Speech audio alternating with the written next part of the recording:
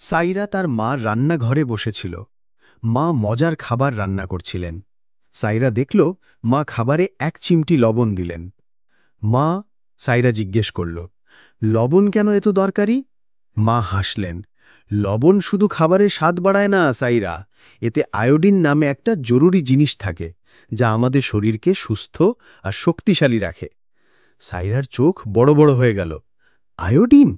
সেটা আবার কি? আমরা কি তা চোখে দেখতে পাই? একটা মজার জাদু দেখবে, মা বললেন।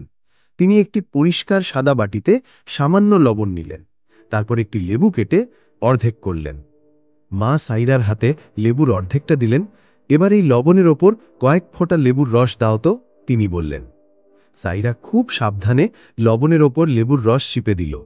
এক ফোঁটা, দু ফোঁটা, আর হঠাৎই একটা অবাক করা কাণ্ড ঘটল। যেখানটায় লেবুর রস পড়েছিল সেখানকার লবণ হালকা নীল বেগুনি রঙের হয়ে গেল। ও মা, এটা তো জাদু! সাইরা আনন্দে চেঁচিয়ে উঠল।